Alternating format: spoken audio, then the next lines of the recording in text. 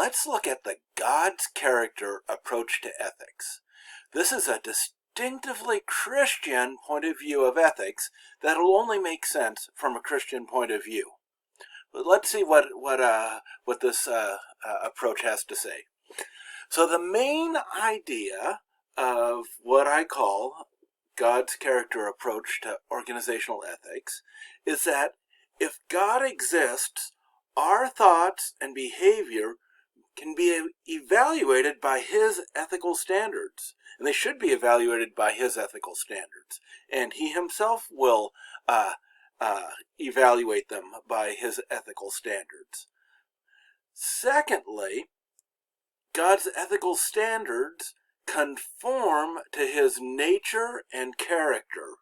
The way that God is what his ethical standards are determined by, to his very nature. So that's the main idea. Let's see how this plays out. First of all, the question comes, does God exist? Now, what I'm going to do is I'm going to explain to you the strongest argument that personally convinces me.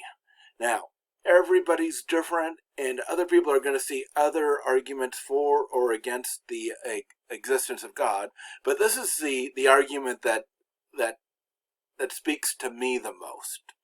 So we start off with the idea that matter exists, that stuff exists, that there's physical stuff in the universe.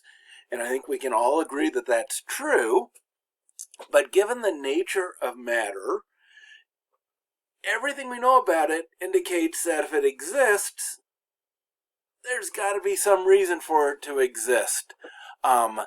Everything points back to this idea of that there's this Big Bang at some point where the universe as we know it began.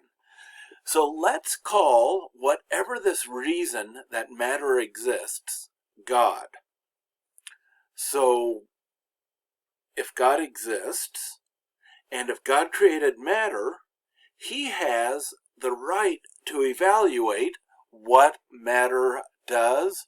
He has the right to determine what is good in this universe.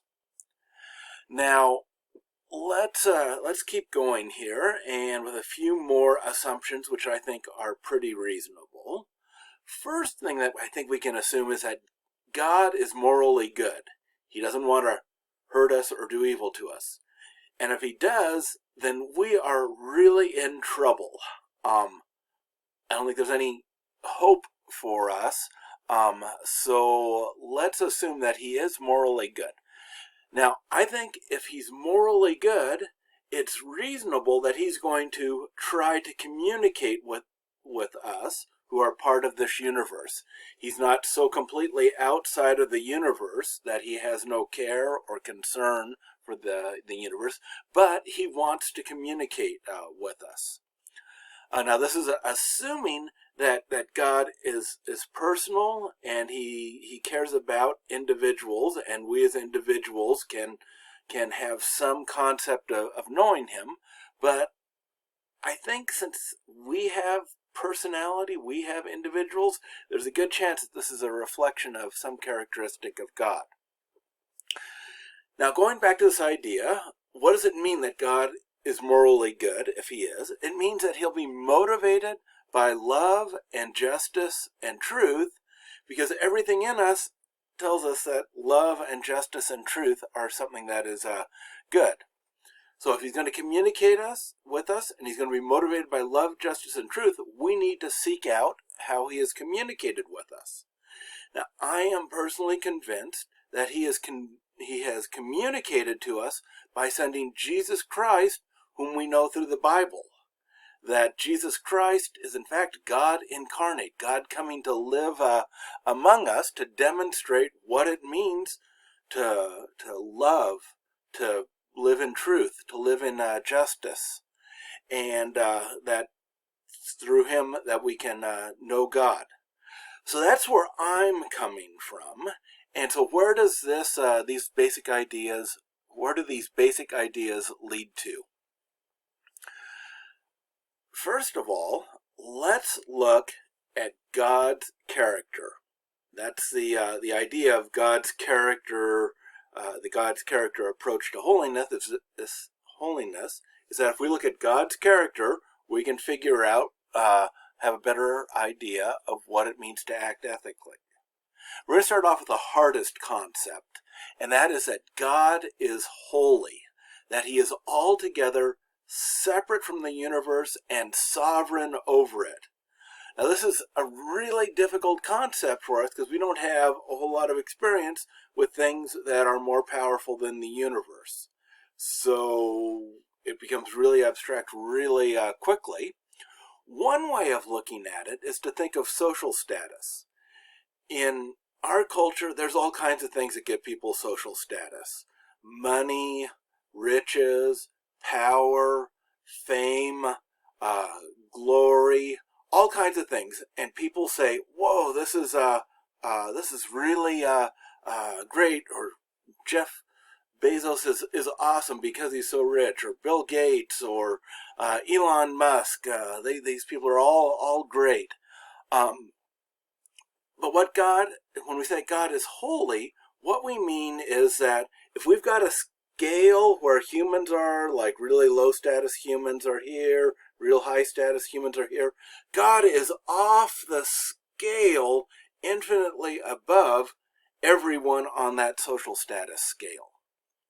And so one of the expressions that's used in the Bible is that he's the King of Kings and Lord of Lords.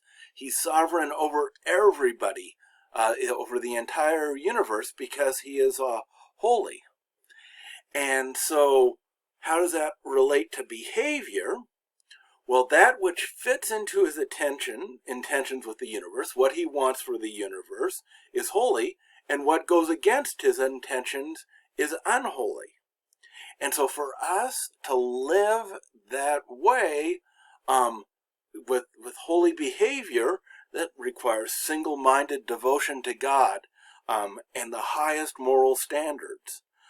And that's just this idea of living for something so infinitely beyond us that we're not distracted by other things. So that's what I mean by God as being holy. Now, that's pretty abstract. In the PowerPoint here, I've put a link for a really cool video by a famous preacher called S.M. Lockridge, and it's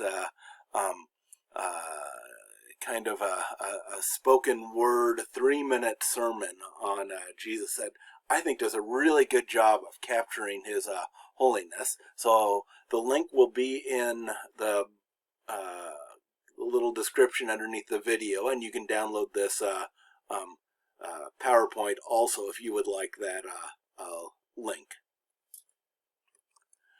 The second characteristic of God's character that helps us understand how to act ethically in organizational contexts is that God is just. And that means he only does what is good and fair, and when he evaluates what people do, he judges it by the highest standards of what is good and fair. And that which is good and fair and perfect is commendable, it's praiseworthy, it's to be rewarded. But that which is bad or unfair, that is not just, is condemnable. It's worthy of condemnation and punishment and should not be tolerated. So that's what we mean when we say God is just. The third characteristic of God is that he's loving. And that means that everything he wants for humans is good. Everything that he does for humans is good. But how can everything work together to be good for us? Well, that's where God's all-powerful nature, his omniscience, his infinite knowledge, knowing how everything is and how everything will turn out, and his omnipotence, his infinite power to do anything in the physical universe that he wants, his omniscience and omnipotence enable him to know perfectly what is best for each individual and to have set up the world in such a way that it will occur. So that's the third element of God's character, is that he is loving.